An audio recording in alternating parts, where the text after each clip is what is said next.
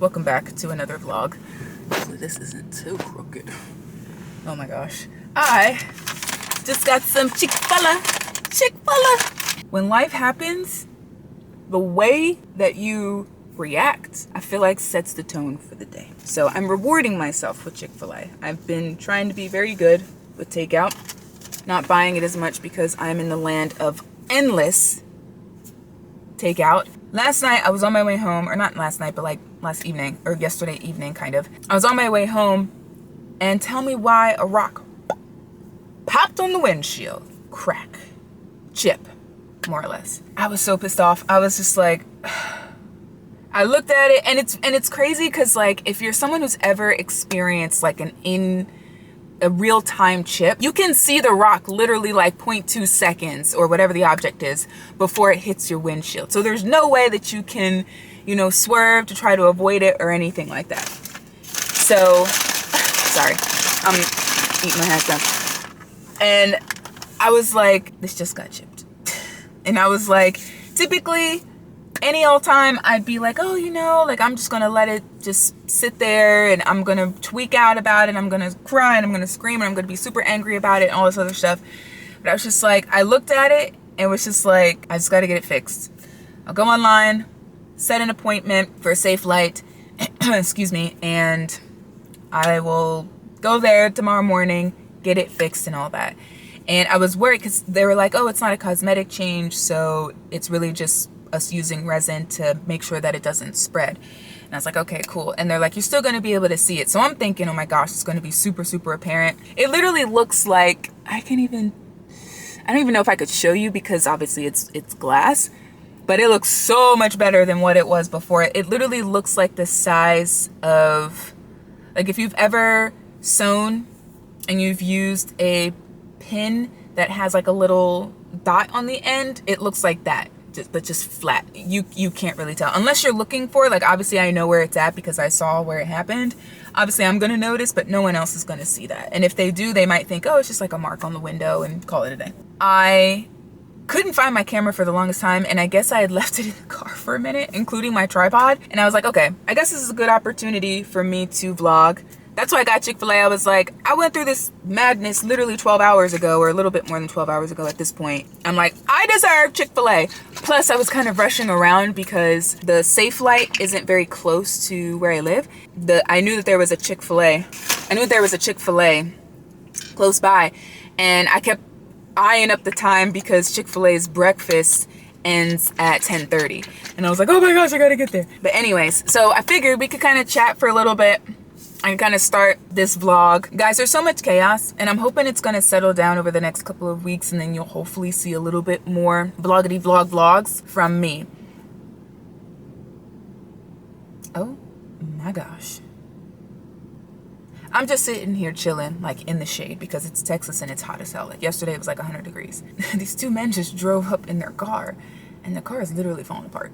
It is hanging on by straps, carabiners, and duct tape. And I look at situations like that and I think about this chip in the windshield, and I think there's always somebody that has it worse. And they've got their car souped up like that because that's the only option that they got. I am incredibly privileged that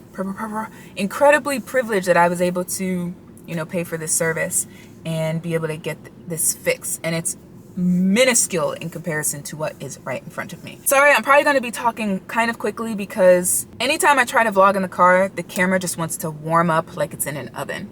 So it will get warm and then it'll eventually shut off if the internal temp gets to be too hot. First off, just really quickly about the vlogs, it's a lot of chaos. I'm moving around, I'm moving, all these different things.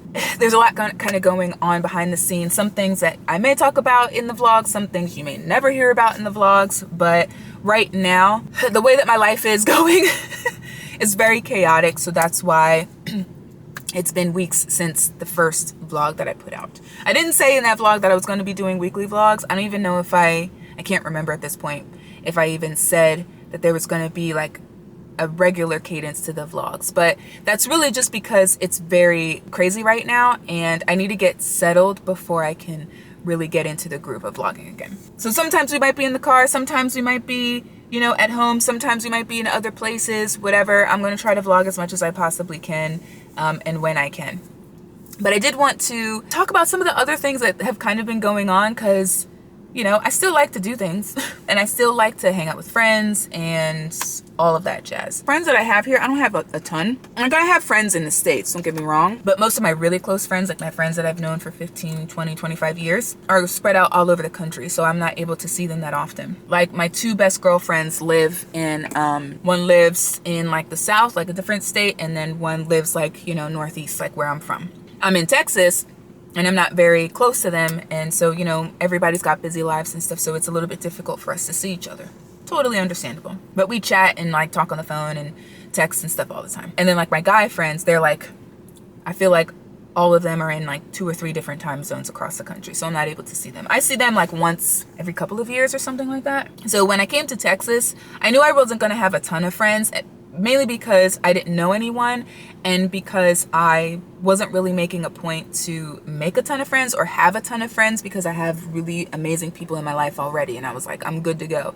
And then like with our South African family, like our friends that are both from like the States and then other countries, including South Africa, you know, obviously they're in South Africa, so obviously I'm not really hanging out with them these days. But anyway, so I've been hanging out with the small group of friends that I have here, and we went to this food festival called Foodie Land. And I won't even talk about it because I'll probably put in the footage, have a voiceover and all that kind of stuff. It's a food festival. You eat food, whatever. You eat food. So boom, as I mentioned in the previous clips, my friends and I went to a food festival called Foodie Land. It's like your typical food festival, except they have a few stalls that have international foods. On a scale from 1 to 5, I'd say the food was like a 3. It was very mid. It was hot and it was humid, and it made it kind of hard to have an appetite. So, you know, when you're in those types of conditions, all you want to do is eat and drink something cooling, okay? My friends were really good. Like, they indulged me when I was taking photos and videos and things, so I'm incredibly blessed that they would put food back so I could get footage of it. But it was all right. There was one thing that was really cooling. It's probably my favorite thing of the festival, and that was this J-shaped thing. You'll see a photo of it come up soon, but it was a honeycomb that was filled with vanilla ice cream. Don't mind my friend's head being cut off. I just wanted to be respectful of her since she doesn't really post on social media. But the festival's right. So Foodie Land was fine. I didn't eat as much as I thought I was going to eat, mainly because it was so freaking hot. Like, I think I just wanted relief more than anything else. Even though I was really interested in the foods that I wanted to eat and the foods that we did end up eating, I don't know, overall it was a very humid day. It was hot. It wasn't even as hot as like Texas normally gets. I think it was only in like the mid 80s or maybe upper 80s, which is not necessarily cool, right, by temperature standards, but for Texas in the summer standards, that's relatively cool, because we've had a lot of like upper 90s, low hundreds days in the past couple of weeks. But it was fun just to be able to hang out with my friends. I hadn't seen them in years, and so it's just really nice to kind of reconnect with them and see what's going on and all that kind of stuff. So then a few weeks later, so that, I'm trying to think of when Foodie Land happened. I think Foodie Land was at the end of May, and then I went to New Orleans in June. And so about a week after I got back from New Orleans, I went to a candlelight concert with the woman of the small group of friends that I was with at Foodie Land. Yeah, we went to the candlelight concert, and it was Bridgerton themed. Oh, guys, I could have sat there for hours and hours and hours and hours. It was such a beautiful, beautiful event. And I'll insert footage there, and then I can kind of talk about something really funny that happened like the day of. So my friend and I attended one of the candlelight concerts. This one was Bridgerton themed. My videos and photos don't do it justice because it was one of the most magical concerts I've been to so far. There were candles everywhere. Everyone was dressed up, looking fabulous. It was such a good time.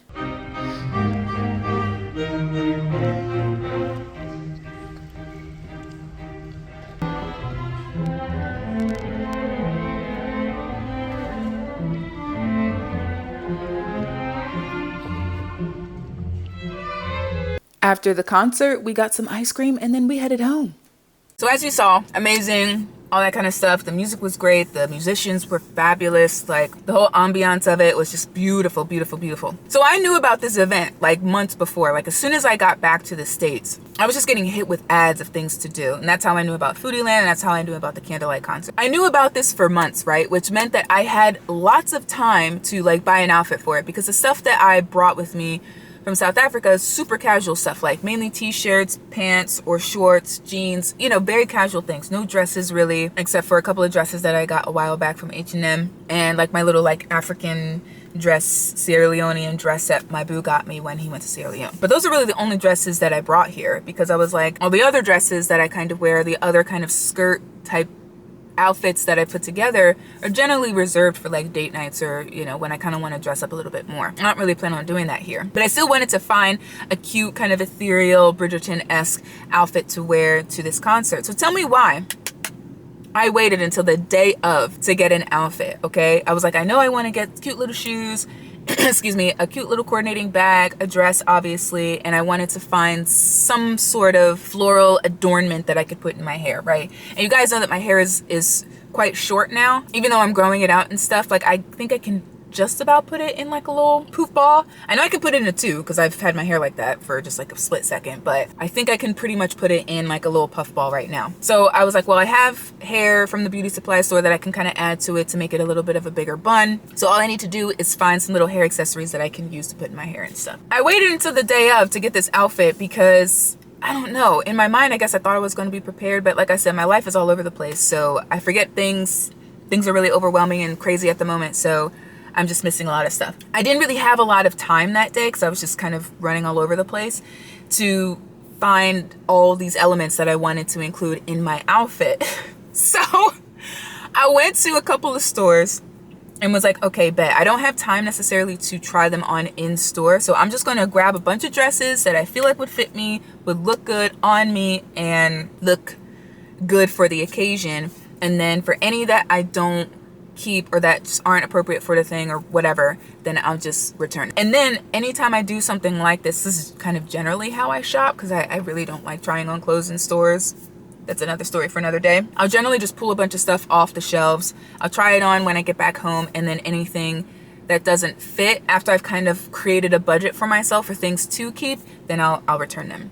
So I did the same thing here. Pulled a bunch of dresses, a couple of bags, a couple pairs of shoes, and then I told myself I'm only gonna give myself like $75 to keep whatever, because guaranteed there's gonna be more things in this lot that I buy that are going to fit and look good and I'm going to want to keep, but I have to be really strict with how much money I can spend on the items that I'm buying or keeping. I think I ended up buying anywhere between 10 to 15 dresses. There were 2 little bags, 3 pairs of shoes. I kept 2 pairs of shoes. I ended up keeping 4 dresses, one of which wore to the Bridgerton thing. It was just really, really funny. I'm trying to think if there's anything else that I haven't included. I'm trying to get back to my hobbies. So one of those hobbies is crocheting. So I have so many ideas and so many things that I want to do to kind of help keep me from stressing the hell out over life and stuff. And really kind of getting back to my hobbies outside of reading is what I've been trying to do while I'm here. I went to a crochet class, didn't get a ton of footage just because we were really close in proximity to each other and there were children present, and I'm very big on not putting children out there. I only really got some footage of me crocheting and stuff, but I thought I had forgotten how to crochet until I took this class and was like, oh, bet, I totally remember. Muscle memory, this is great. So I have a couple of ideas of things that I want to create with crocheting and just kind of get back into it. I do have some updates about like some things, the house in South Africa and things like that, but I think I'm going to include that in the next vlog and just kind of keep this one relatively short just because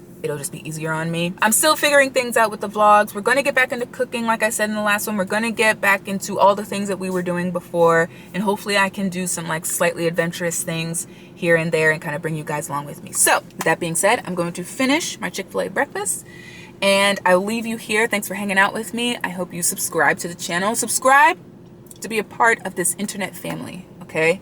I would really like to get to like 3,000 by the end of the year.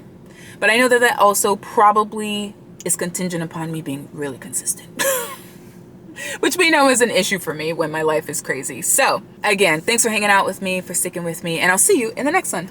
Bye, guys!